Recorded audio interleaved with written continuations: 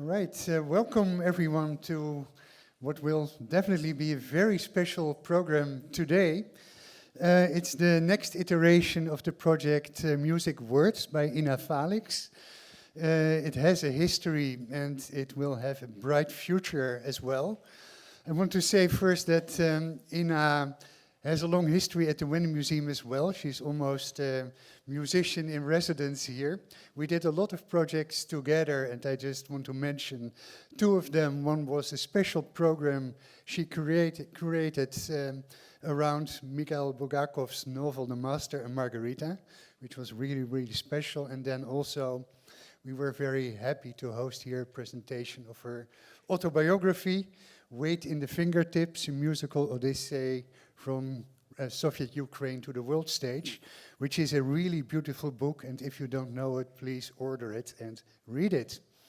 I'm also very happy that the first special guest in this new series of 3 at the Wende Museum is Lynne Thompson, who not only is a wonderful poet, I really love her work, she also happened to be the first guest this year of our online podcast series, Bridging the Gap, which we organized with our student council, shared by the Thomas Mann House and in partnership with Dubplab Radio.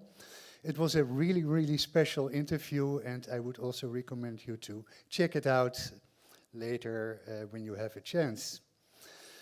Before I hand the mic over to Inna, I want to give a special shout out to Abby Schur, who, please give her a warm applause. Yeah. Abby was the visionary who actually introduced music to the Wende Museum just after we moved to the Armory in 2017, and she is also a generous supporter of Music Words. Abby, thank you so much for everything you have done for the Wende Museum. Yeah. And with that, it's my great pleasure to hand the mic to Inna to tell you more. Thank you so much. Thank you so much for being here this afternoon. This is very special for me, very, very moving. Music Words was something I started in New York because, you know, us pianists, we're a lonely bunch. We sit in the practice room for many, many hours with our music. And I thought what it would be like. I always carried a book of poetry in my backpack. I grew up reading poetry. I grew up in Odessa, Ukraine, but I read poetry in Russian, for reasons you all know. And so this was a huge part of my life, very important to me. And I thought, when in New York, what would it be like to bring poetry audiences to music and music audiences to poetry? So I tried it and it worked. And it was a really beautiful thing that we did for many, many seasons. I got to know many great poets and writers.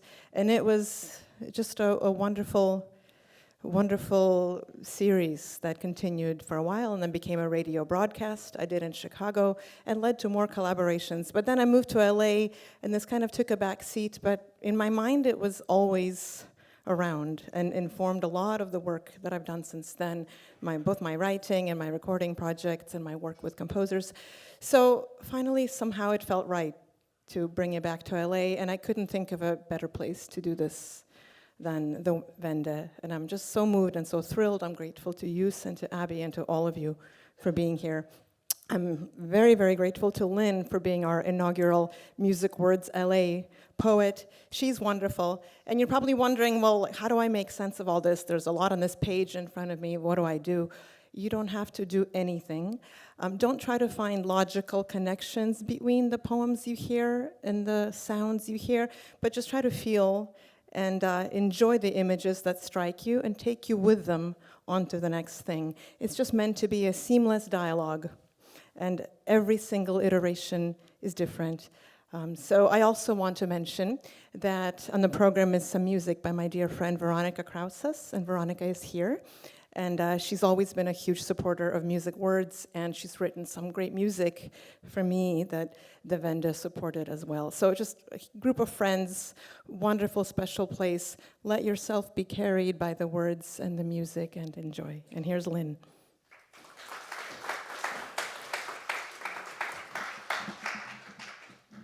Thank you so much for that, Inna, and let me add my appreciation for all of you being here Now to the poetry. The unworshipped woman. Nothing beat her, break her down, or reek so the way she do. Nothing got her unzipped mind, her fly paper memory. She a riverbed will be for a dog's millennium.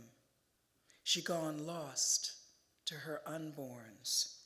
She pale smoke, shadow in the distance. She a train whistler's whistle, this unworshipped, this woman. She come like salt lick. She go down like a drowning man hollering for one last. Her story hung like seaweed. She come in, she go out. Like unworshipped women supposed to, knees bloody, knuckles got somebody's jawbone jammed on. Hair coiled with September twatterlight, corkscrewed so tight, even owls won't hoot. Until she passed by them, longing on long legs, lips the color of peril, bittersweet folded round a hollow in her twisted back. But her one good eye, it flash. A sorceress strolls new grass. I am neither mother nor turquoise neckwear, but you are such young women, such new potatoes, and there is much for me to tell you. That bishops joyride in the dead of night, that blue's favorite color is blue, and earth is just a gaudy paragraph. And though I am ripe as November, I can tell you, no sorceress ever abandons midday, and a sculptor is always better in a waterbed. Of course I'm vainglorious with all my knowing and croaking, because you are writing your own book of migration. And without warning, I feel useless as an empty valise. What you know makes the bandicoot fly, and you converse in flamingo and seashell, smell like smoke and rapscallions. You are tambourines in the stewing pot, a crucible of cymbals. Being fresh as new grass, you inspire me to astonish, then gloat, to beg no pardon, then begin.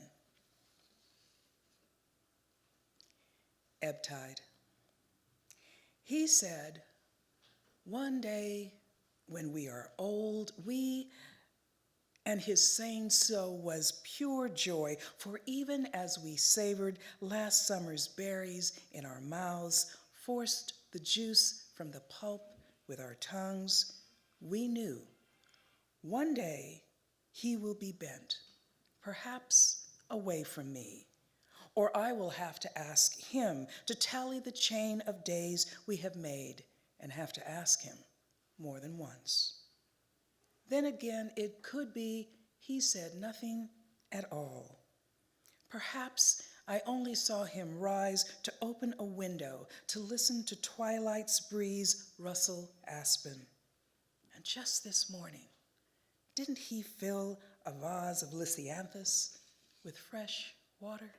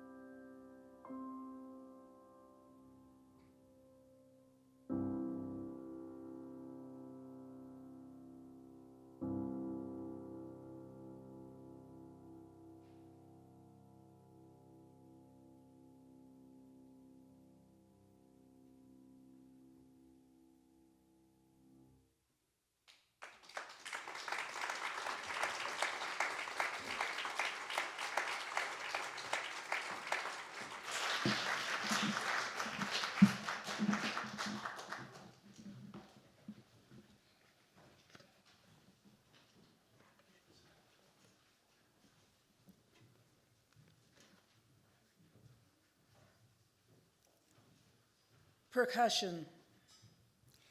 Touching someone is another way to skin a person alive. Yes, you may be surprised that I was surprised at the touching. His summer warm flesh on mine was a moment when someone, oblivious to my history, surely felt, in that moment, this is someone needing contact. Percussion. Someone wanting another route into living with her fate and gambles. Wanting another way to open doors, to stand in white-hot light, to mock the blues, to feel as though she is first queen. Her skin scent of earth's multiple mysteries, gardenia, magnolia, wild papaya. Her color dark, or chant, or you think you want this history? This person who is woman, drama and no drama, left for dead, but oh, so alive. A woman's body aging still loves itself, kisses the air that surrounds it, loves the lips in full pout, famous birthplace of all kisses. The belly, brown, round, kisses its inverted button, and the shoulders. Oh, how I kiss my shoulders. My nose kissing lilies and a purply night sky. My neck, long as forever, fit for 20,000 kisses. 20,000 kisses for each cocoa breast and nipple, for the lower arms that encircle each other, then kiss, kiss. Even the ears, French kissing to tunes of Django and Debussy. The upper arms wishing to kiss their tender underarms. Thread of both hands kissing the lifeline, and my cheeks colored bronze with kisses. Lashes that kiss my eyes, that kiss everything they see. My forehead, a map of the places where kisses live long. Long live my kinky hair braided with kiss after kiss after kiss.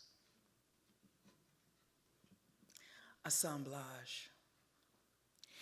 We were born from the time in between, in the house of tarot, born of Our Lady of the Shadows, and we have survived 10 secret mojos.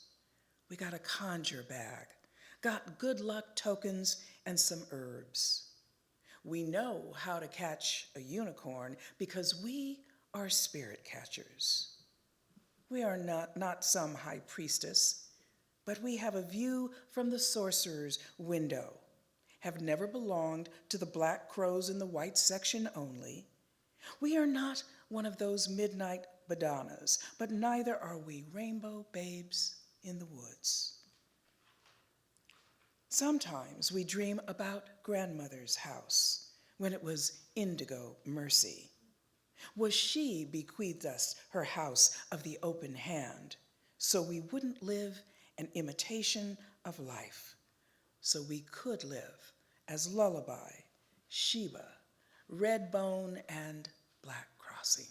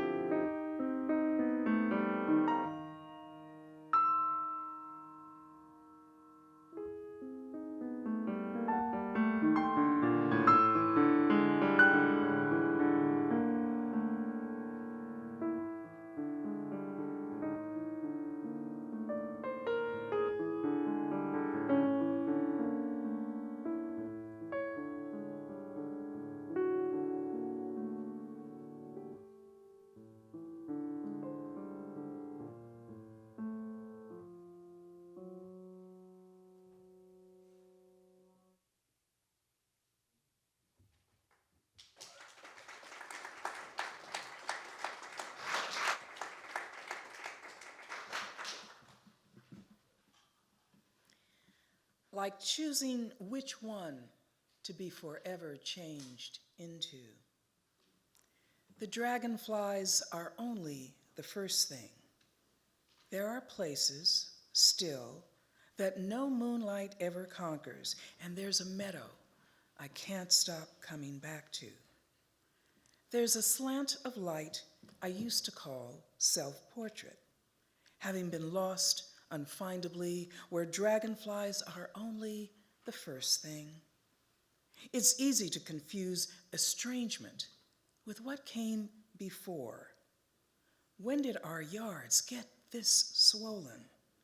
What happened to the meadow I can't stop coming back to? My heart is not so much broken as beating. Maybe stamina's just a fairer form of stubborn, and dragonflies are forever the first, the only thing. It is our shadowed tenderness I break inside of, a forest that stands at the exact center of sorrow alongside a meadow I can't stop coming back to. Then again, everything is findable, even now. See how sky becomes an echo of what's flown through it? There are dragonflies, which are only the first thing, and also the meadow. I can't stop coming back.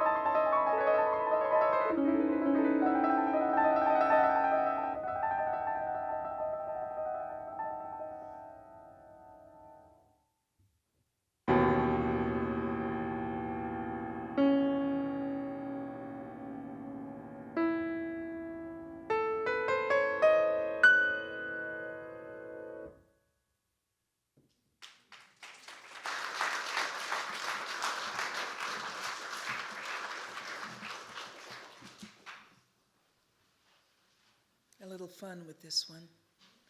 The bells. Give in to your inner goat. Do not say, I am not a goat. Do not say, I have only 2 legs. You give milk, run with herds, graze.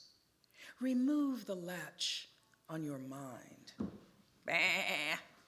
In moonlight, even though you will be shorn and stuffed at a time you have not chosen. Cold days will come no matter how many bells you wear around your neck. Taking the long way over the meadow doesn't matter. You'll reach an ivied rail where there is no way over, no way through. This isn't anticlimax. This is the tolling.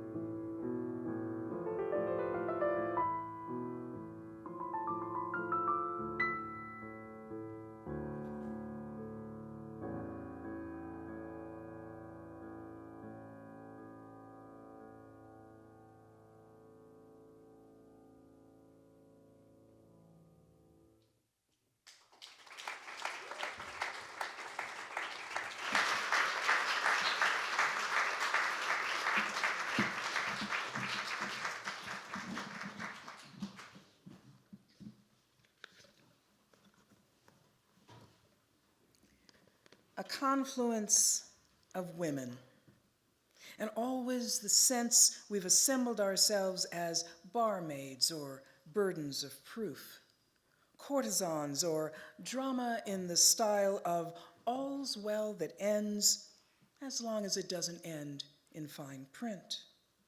You might suspect us ordinary as gabardine, and of course, you are right, hell-bent as we are and irked at our own recidivism, we Jezebels on the loose, kenophobes and kerosene, but lastly or mostly so, we are fearless, like to mosey with a fret of fierce sisters who've been nearly always misunderstood, or worse, understood as reclining on palanquins for others' pleasure, when, in our quiescent moments, we enjoy that leisure as our own right to self-centered satisfaction, the right to our own temerity. Even a carpetbagger can't sneer at any undertaking we women might fashion for ourselves, vigorous as we are, quick to whistle while drowning, but not to worry. We're xerophytic and not so easily lost as a yacht, its tiny flags flailing, the sea the color of zirconium or some other form of divination. Song. I've learned to look forward to the things I don't know. For such a smart girl, I'm not such a smart girl, I've gone everywhere except where shall I go to next? I've learned languages and clouds and flags and the myriad ways to cook a good duck l'orange, rice pilaf, on the side. Because look, we're all trying to game this treadmill, to find shortcuts forward and past the planet we fucked up, past all our venalities, to days when we can ride a Murphy chestnut in a meadow, look to the seas and skies and wild lands as everyone's bonus, to things for which political brawls get low ratings, a place where I respect your pronouns and you embrace my illusions and don't disparage the days I genuflect, then sing joyously. I don't know. On Ruth Stone, the poet, releasing the orb. All of life is just a way to dream of Dave Brubeck's Blue Rondo a la Turk, of Pablo Casal's Boeing Box Suite No. 1 with such duende, such effluence that every living thing, the purple finch eating its thistle and millet, grown men selling cut-rate wares, children skipping rope, halt their own joy to listen. The poet said, I am the simple sieve that drinks the universe. But just as she said so, some unsettled American killed a Jew. An uneasy Jew killed some Lebanese children he'd never met. Their eyes turned to Mecca, to other dominions and their schisms. No one was listening to the music, not Chopin's Opus No. 9, not Oscar Peterson priming his piano with Perdido. Oh, how quickly the melody fades to riffs on revenge, to clank and helmets, strut and baby birds with stiff wings in the desert. Teach lessons in delight, the poet might have urged, knowing, ultimately, we need to learn of sweet verbena, the way the artist Watanabe Kazan painted inner virtue, Xanadu being just another color dripping from his brush. You can live with this, zinnias thriving in a field, on your lips, the taste of something.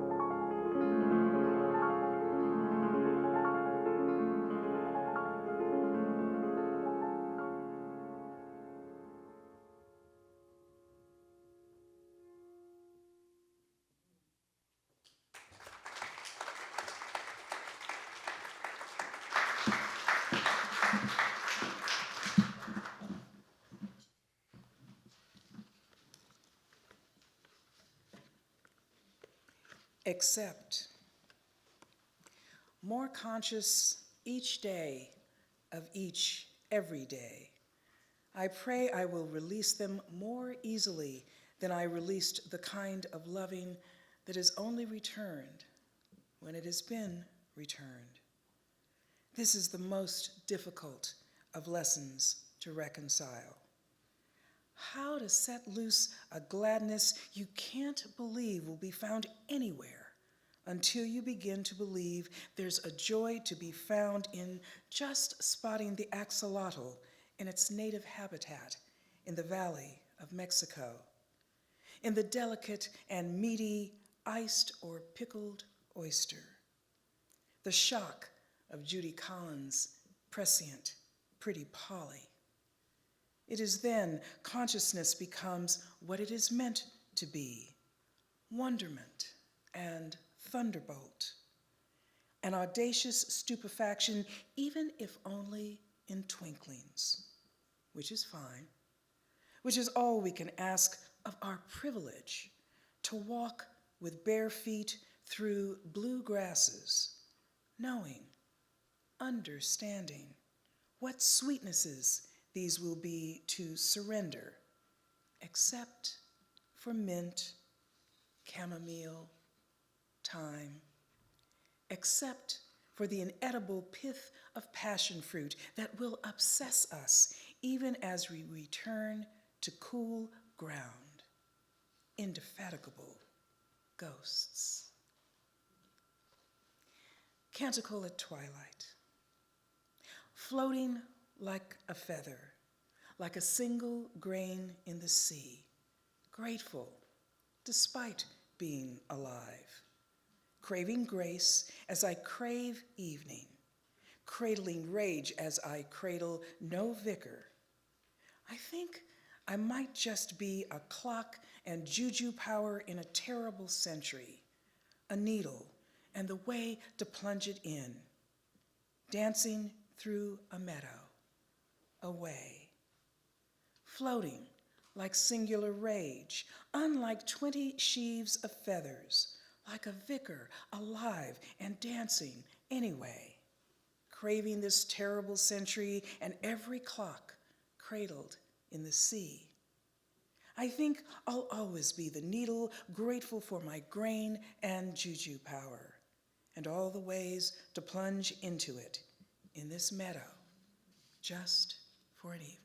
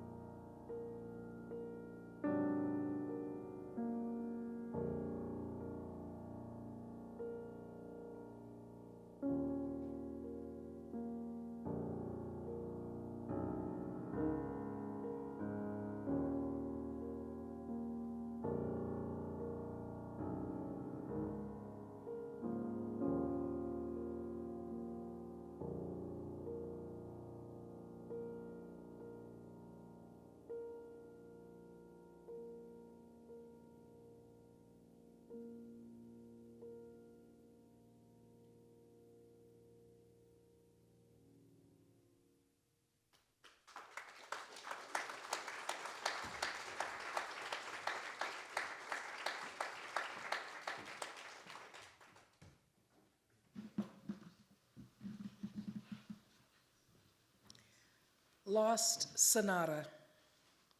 Tonight, I am as tippery as I have ever been, as I hear the stars' contrived sonata in a firmament with its color constantly ebbing. I am as naked as the imbalance of an electrical charge. Or I am swimming along the ruined coastline of Guinea-Bissau, where I am no more lost than in my own living room. My lovers ask a trick question, and they ask me again, babbling, daily, differently, like every percussive instrument, like a calabash, like a kora. It doesn't matter. Everything is imitation. Everything is almost what it's meant to be. My mud of a mind making papier-mâché out of all that's unextraordinary. And by now, dear listeners, you are as confused as anyone. With that, know this. Tonight, I'm tippery among fireflies, my unlover's palms circling my want.